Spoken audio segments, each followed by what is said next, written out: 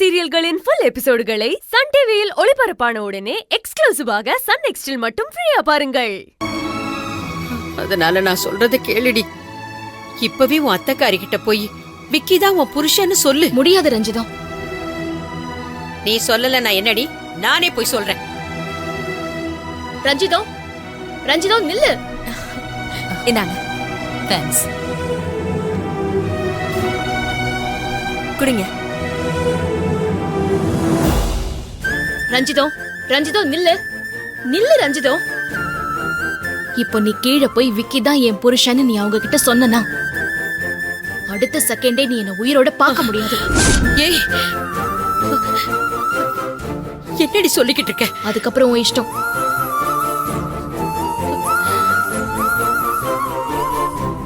நீங்க குடிக்கலையா? இல்ல, இருக்கட்டும்.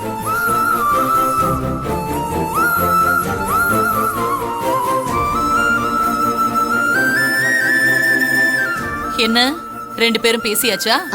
அத்தை எங்க? இதோ வராங்க.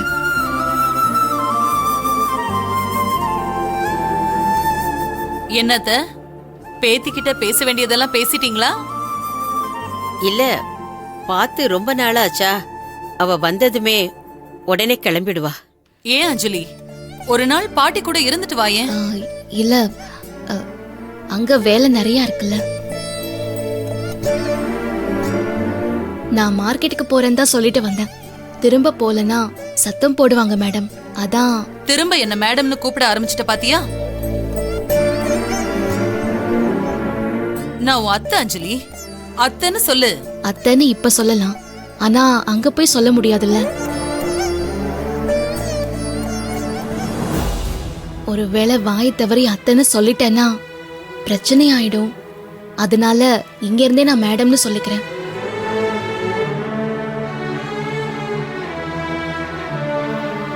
சரி, எனக்கு இப்போ டைம் ஆச்சு. அப்புறம் என்ன மேடம் காணும் திட்ட ஆரம்பிச்சிருவாங்க.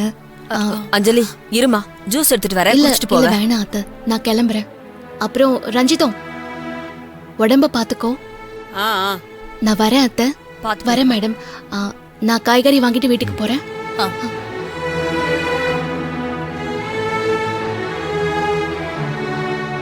உங்க வீட்டுல உள்ளவங்க சத்தம் போடுவாங்கன்னு இப்படி பயந்து பயந்து ஓடுறதுதான் அவ தலையெழுத்தா. எப்படி இருக்க வேண்டியவ எப்படி இருக்க பாருங்க. என் பேத்தி வாழ்க்கை இப்படியே போயிடுமா? நிச்சயமா இப்படியே போயிடாத அத்தை.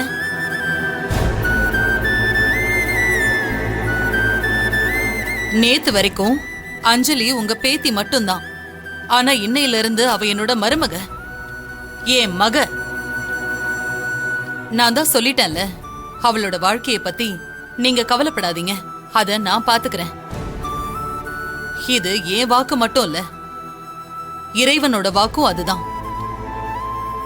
ஏன்னா நேத்து நான் சாமி கிட்ட பூ போட்டு கேட்டப்போ அவங்க ரெண்டு பேரும் கண்டிப்பா ஒண்ணு சேருவாங்கன்னு தான் உத்தரவு வந்துச்சு.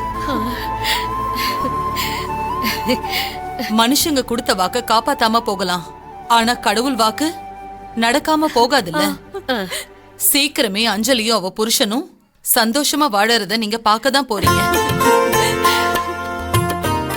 அஞ்சலிய அவ புருஷன் கூட ஒண்ணு சேர்த்து வச்சுட்டுதான் நான் இந்த ஊரை விட்டே போவேன்.